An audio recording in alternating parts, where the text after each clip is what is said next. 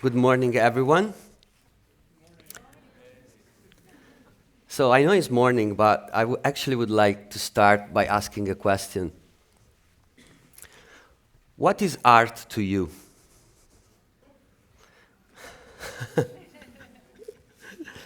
Well, what you just thought is probably saying a lot about yourselves. I can tell you what art is to me.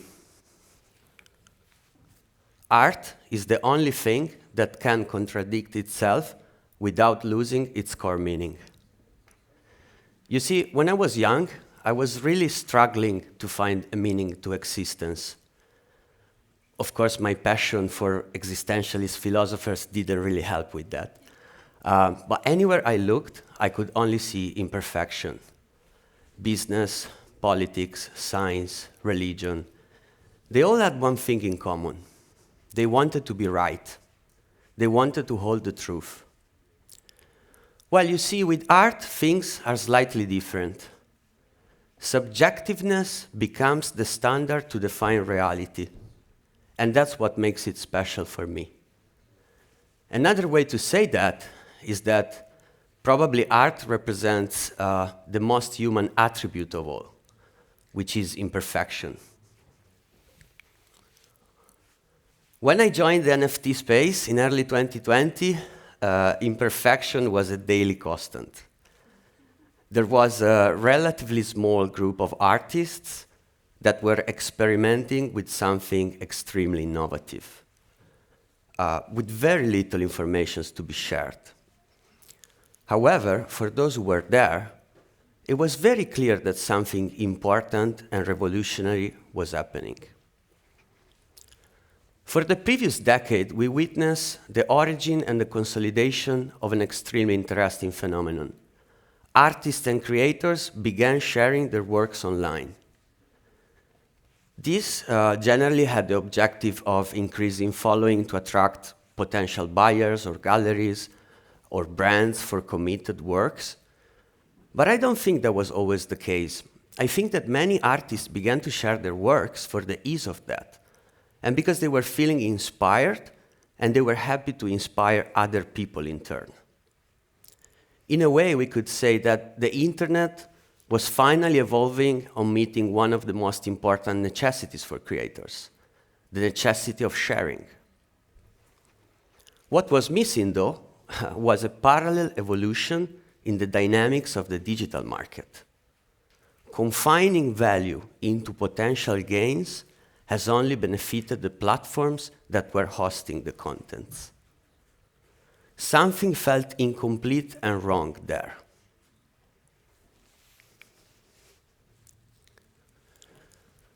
I think NFTs found their very first use case with digital creations because they simply were the perfect tool at the perfect time. For the first time in history, we could authenticate digital content and creation, but more importantly, an unbreakable digital signature was implemented along every creation. The source became the destination. The past digital revolution failed on rewarding authenticity. The system was built to take advantage of the sharing model, leaving crumbs to creators. NFT has no brand, is a technology in the hands of everyone. A technology that allows a positive evolution between creators and the market. A market where the number of collectors is growing. Statistics are very clear with that. The number of young collectors is rising. And not only millennials, but Gen Z too.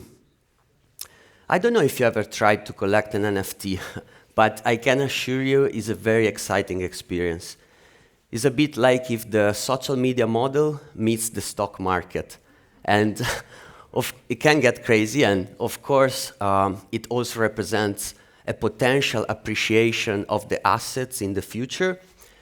But it is also a process where supporting artists becomes extremely easy, and also being directly involved with their upcoming. And this is going to increase more. Digital wallets that are the access to Web3 are just starting now to become widely adopted.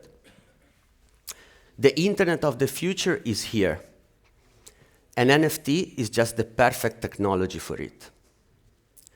A future where our physical existence is going to be more and more connected online. The intersection between physical and digital is also the center of my creative aim. I tried to look for this sort of state of confusion where it's not so easy to understand where digital begins, physical ends, and vice versa. And I look for this hybrid dimension because I think it perfectly reflects the state of our society, a place where we are merged with our digital identities, sometimes leaving the dichotomy of this dimensional clash. I obtained this result by starting to work physically through painting and street photography, and then I progressed on digitalizing my works, trying to contaminate physicality with bits and pixels. Dividing the workflow in two separate stages allows me to create a sort of circle of creation where I tend to be more in touch with my irrational part, for example, while I'm painting, but then I can move to a sort of rational sophistication while I'm in front of my computer. Philosophy plays a major role in the inspirations of my works. Yes, existentialists knocking on the door again. But I really try to look for introspection while I'm working. And I think my honesty is rewarded because introspection is also the feedback that I get generally from my viewers. So these 2 years were actually a crazy ride for me. My works have been exhibited worldwide. My digital editions, sought after by major collectors in the space, had the chance of meeting incredible people along the way, and finally managed to establish myself as an independent artist. And early this year, I fulfilled one of my biggest dreams. Together with a group of people, with a group of great people, I gave birth to my studio to expand my artistic production and the horizons of its exploration. The aim of the studio is to explore the relationship between man and the current state of hyper-evolution. While in my portraiture work, the final outcome is often digital, here I like to see physical installations as an extension of the multiverse we live into. A multiverse that derives from technology. A technology that still holds a significant physical presence. The works evolve, even in a more conceptual approach, to open debates on topics such as the storage of data, the role of privacy in the digital era, energetic consumption, and the future of the decentralized economy. Here, for example, you see the prototype of a project that I'm working on. We're starting from shells of technological components. A mining farm is meant to be installed in a museum as a sort of a brutalist monument. And of course, the mining is not functioning, but a very loud noise is recorded from the machines and played in a room with very high temperature to recreate the original conditions of such a dystopic space. Here's another slide from the project. Another interesting element is that all the initial stages of these projects are built digitally, constructing and architecturing elements and details through advanced renders. The final result is that this installation can coexist physically and in the metaverse at the same time. The hybrid exploration of the physical dimension also led me to rethink the possible outcome of my paintings. Here, for example, you see my latest series titled Paint on Pixel, and as the title suggests, acrylic paint is applied over printed canvases.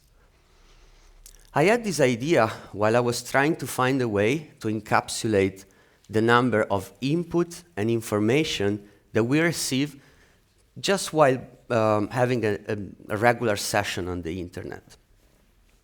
I always thought it's insane the number of influences, conscious or unconscious, that we receive while we're browsing. Each work is constructed as a sort of desktop where several references are mixed with my quotes and aphorisms, and paint is used as a contrast to create this kind of suspended context where the viewer can dive into. Each painting contains an NFC chip, which is linked to an NFT certificate. I was lucky enough to present the first work of this series at Christie's during Trespassing 3, curated by Ronnie K. Pirovino. And I really wanted to take this opportunity to do, once again, something that would reinforce the synergy between physical and digital. So instead of auctioning the painting, I asked Christie's if it was possible to auction the digital certificate instead. Basically, for the first time, in such a relevant context, the ownership of a physical painting was obtained by purchasing the digital certificate, an NFT. And as this might seem a simple shift in buyers' behavior, I think that acquiring physical ownership through digital certification could finally make the path for physical art easier towards the Web3 ecosystem. Here, in the meantime, you can see some images from the project. And you know, I think it can also incentivize traditional collectors and institutions to try the benefit and the tools that the blockchain can offer. For instance, certificates of authenticity, as we knew them before, they were just used for attestation purpose, for an attestation purpose. Whereas now, thanks to NFT, they can evolve into digital assets that can unlock many interesting utilities, such as direct access to potential buyers, social media identification, collateralization, and many more. I think that the art sector, the physical art sector, has a great chance to align with contemporaneity, to become an important element of this new, vibrant digital market. And in general, I'm a big believer in contamination as a pillar to build the future. You see, when something so disruptive as NFT emerge, the risk of creating radical fractures with previous system is very present. And of course, rethinking and reshaping values is a very useful exercise. But I think we should also avoid the mistake of becoming self-referential at any cost. I think positive evolution only happens when early adopters understand the importance of knowledge. And knowledge comes from a very long way. So, heading towards the conclusion, I just want to say that, as mentioned, in these past years, we witnessed many incredible innovations, but unfortunately, we also witnessed many unpleasant events. We were in the middle of a global pandemic. Now there is a crazy war in the middle of Europe. and the future is, the economy is far from stable. It's almost as if thinking about the future almost became a very stressful and complicated exercise. And I think this happens to everyone.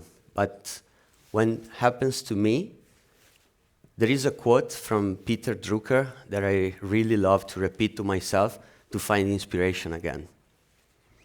The best way to predict the future is to create it. Thank you very much.